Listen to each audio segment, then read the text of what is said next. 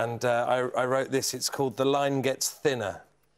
He sat there and gazed at the scoreboard. Things hadn't been going so great. The moment he'd taken the champion's chair, he'd got himself into a state. Yesterday'd been a whole different story. In the challenger's seat next to Nick, he had felt like his answers jumped right off the board. His words long, his sums right and quick.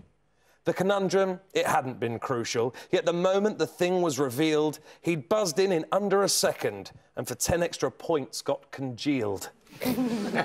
After the credits stopped rolling, in the green room he'd been to decamp, where he heard a few folk from production mutter under their breath, "Octo-champ."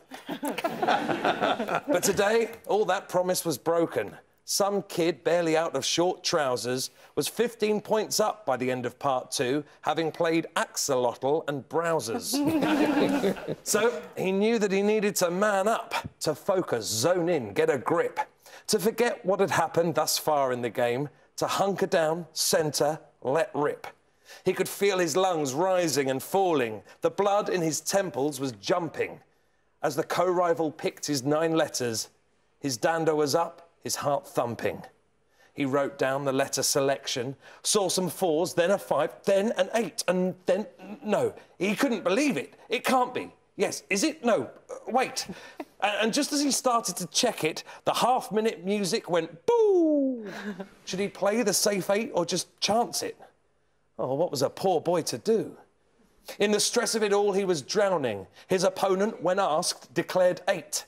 And our champion thought, it's now or never. Be brave, go for gold, vanquish fate. Then everything went in slow motion. So he took a deep breath, and again. And when Nick asked him what he was playing, he said, well, Nick, it's a 10.